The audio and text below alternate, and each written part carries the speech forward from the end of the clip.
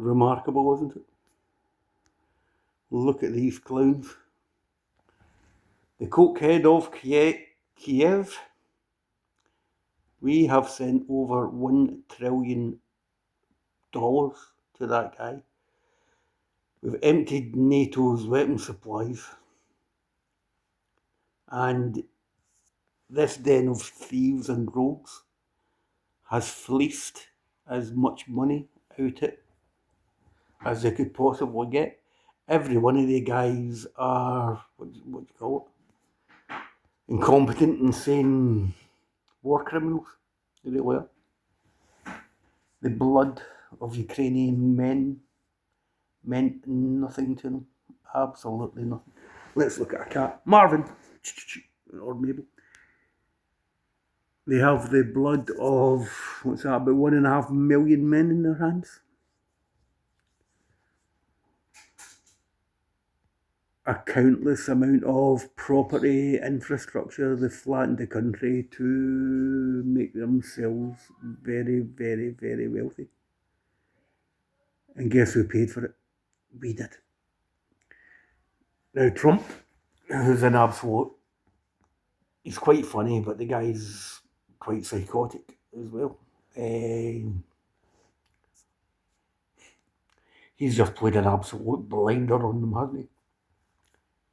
If you think, a way of thinking about Sarah Smith, she's can't go her either.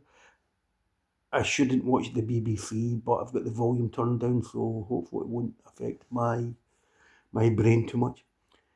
Trump and the USA have played an absolute blinder on the EU.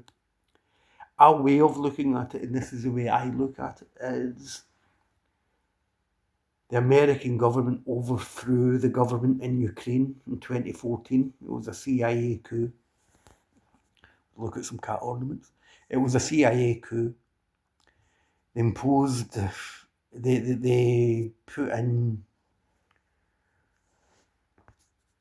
a government of their choice. Every one of them. Look at them. Look at them. If every one of these people was thrown in jail tomorrow, our lives would be better. I would suggest the same fate as what happened to Mussolini. But anyway, in 2014,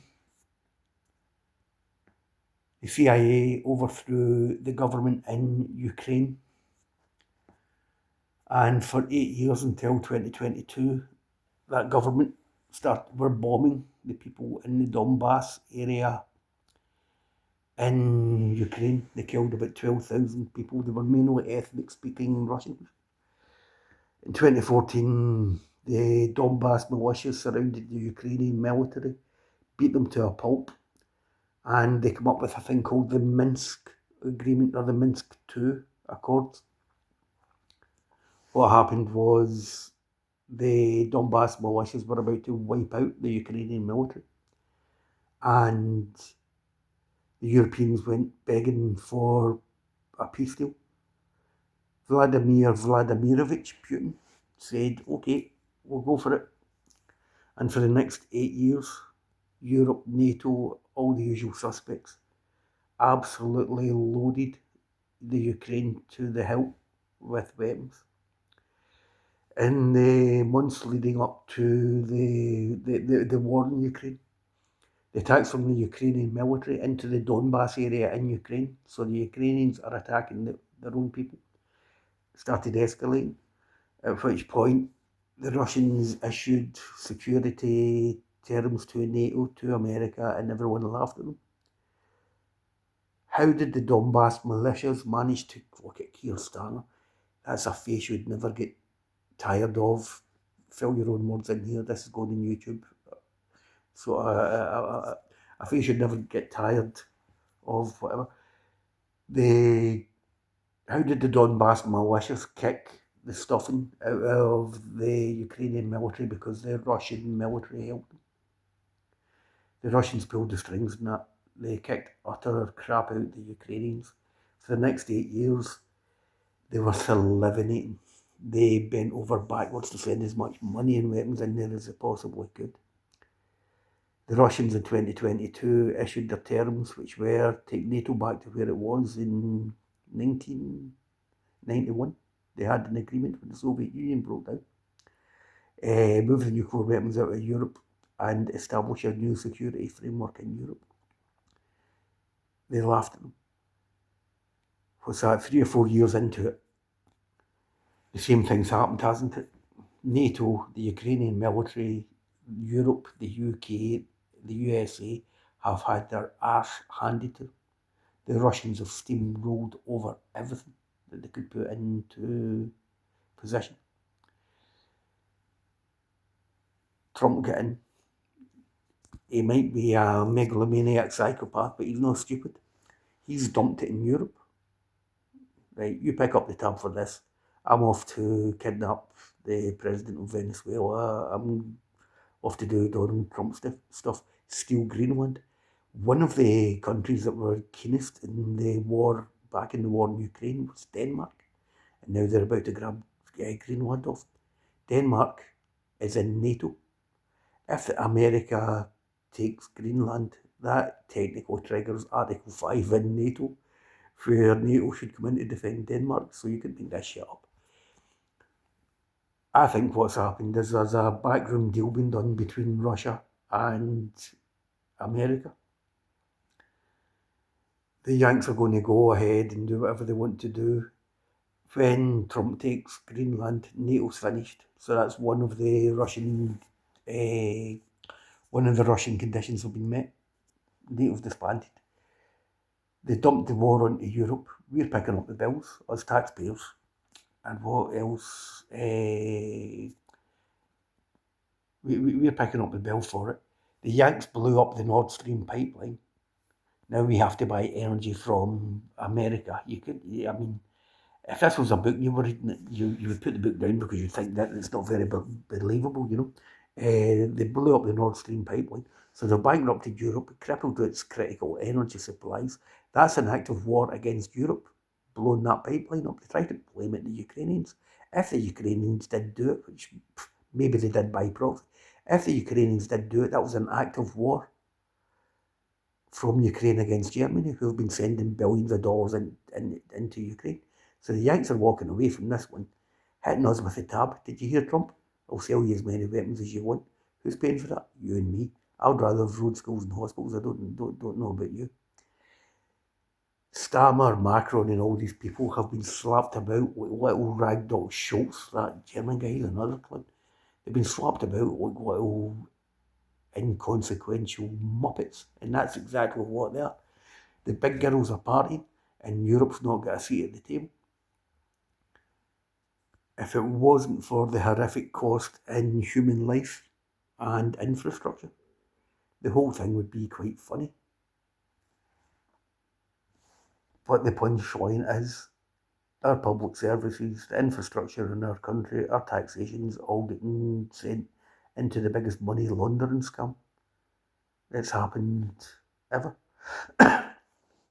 War is the most profitable business human beings have ever come up with. It's also the most technologically advanced human beings do. Most technologically advanced industry human beings have.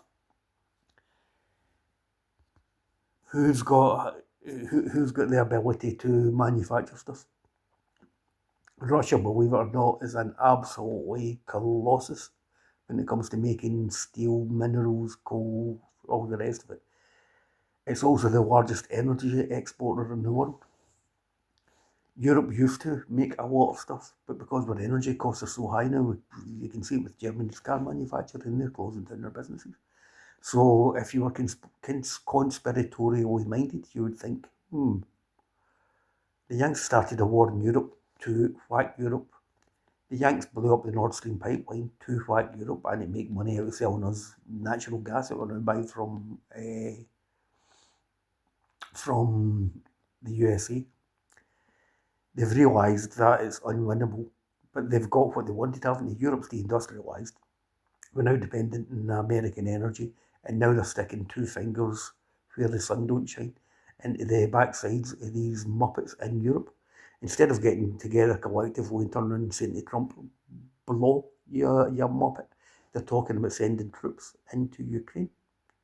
What do you think would happen if any European troops went to Ukraine? What do you think? The Russians are going to fucking whack them, aren't they? So, if 2025 was politically an absolutely shocking year, 2026 is it's got a Saturn V rocket taking off into orbit. What's this? Oh, some that mad Israeli football team. They're all up in arms about them. They're notorious for causing problems at football. I don't follow the football, so I'm not even going to comment on it. So what position we're in? I regularly talk to my friends about this. We cannot vote our way out of this. The options we have are all the same options. In Europe, oligarchs control the power within the money-making political scams.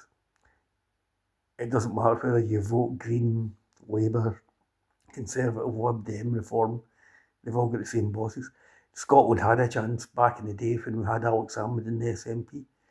He was a threat to the British state. The SNP in Scotland have been taken over by the same oligarch muppets that control the rest of the politics in the UK. The only thing I could suggest is we talk amongst ourselves, nominate luminaries, peers from our local communities, stick a couple of quid, give them money and vote them into power. In my life, I know successful businessmen, I've got friends that are doctors, I know people whose families have been affected by heavy drug abuse and stuff like that. I would rather have the person nominating drug policy in Scotland to be the mother of somebody whose son passed away due to heroin abuse or whatever or a psychiatrist or a doctor. Anybody that's not involved in the political scene. It's the only way I can see we can get ourselves out of this. There's an election this year. I don't know who to vote for. Honestly, don't know who to vote for.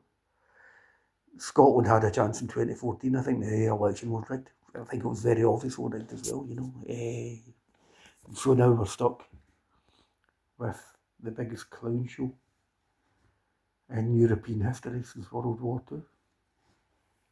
I don't know what to say. We are led by donkeys. Thanks for watching. Goodbye.